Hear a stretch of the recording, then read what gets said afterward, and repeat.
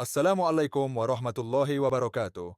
Halo semuanya, di kesempatan kali ini saya akan menceritakan tentang kelahiran Nabi Muhammad Shallallahu Alaihi Wasallam. Nabi Muhammad Shallallahu Alaihi Wasallam merupakan sosok penting dalam agama Islam. Rasulullah yang menjadi suri tauladan dan junjungan umat Islam di seluruh dunia.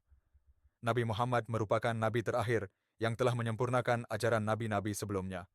Sepanjang perjalanan hidupnya, Nabi Muhammad selalu menyerukan ajaran agama Islam dan mengajak beribadah hanya kepada Allah Subhanahu wa taala, sehingga umatnya mendapatkan ketenangan dunia dan akhirat. Allah Subhanahu wa taala menurunkan wahyu dan mukjizat luar biasa kepada Nabi Muhammad sallallahu alaihi wasallam berupa kitab suci Al-Qur'an. Hingga saat ini, Al-Qur'an menjadi pedoman hidup umat muslim. Mukjizat ini juga yang membuat Nabi Muhammad menyandang gelar Ulul Azmi, yaitu kedudukan khusus atas ketabahan hati dan kesabaran luar biasa dalam menyebarkan ajaran agama Islam. Nabi Muhammad sallallahu alaihi wasallam dilahirkan pada tahun Gajah atau 570 Masehi. Waktu itu, pasukan Gajah yang dipimpin Abraha, Habasyah, hendak merobohkan Ka'bah pada 12 Rabiul Awal. Allah Subhanahu wa taala pun mengirimkan burung ababil untuk melawan pasukan tersebut. Kisah ini tertera dalam Al-Quran surat Al-Fil yang mengandung arti pasukan gajah. Rasulullah anak dari pasangan Abdullah bin Abdul Muthalib dan Aminah binti Wahb. Abdullah merupakan anak dari pemimpin suku Quraisy yang sangat dihormati di kalangan penduduk.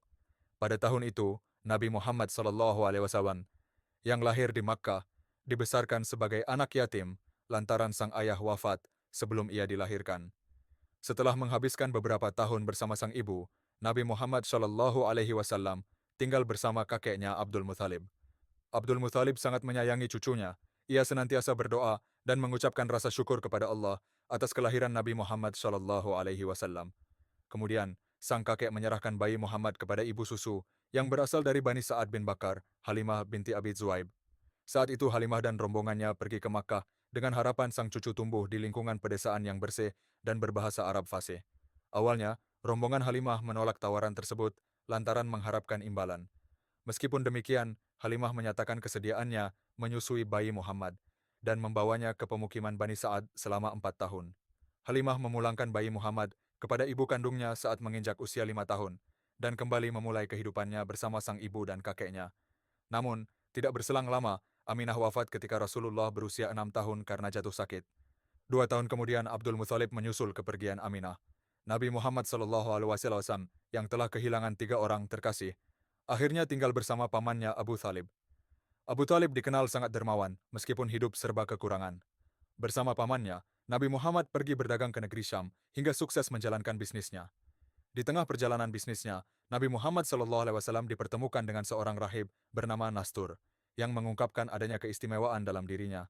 Sepulangnya dari negeri Syam, Rasulullah menikah dengan Khadijah binti Khuwailid dan dikaruniai 3 putra dan 4 putri. Menginjak usia 40 tahun, setelah menerima wahyu pertamanya di Gua Hira, Nabi Muhammad mulai melakukan dakwah secara sembunyi-sembunyi selama 3 tahun. Lalu, turun surat Al-Hijr ayat 94 yang menyuruhnya berdakwah dengan terang-terangan secara lisan.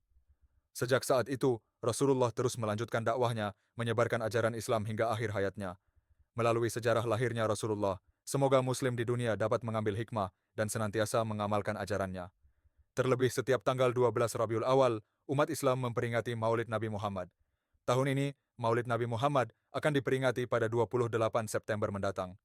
Demikian itu saja yang bisa saya sampaikan tentang kelahiran Nabi Muhammad SAW. Wassalamualaikum warahmatullahi wabarakatuh.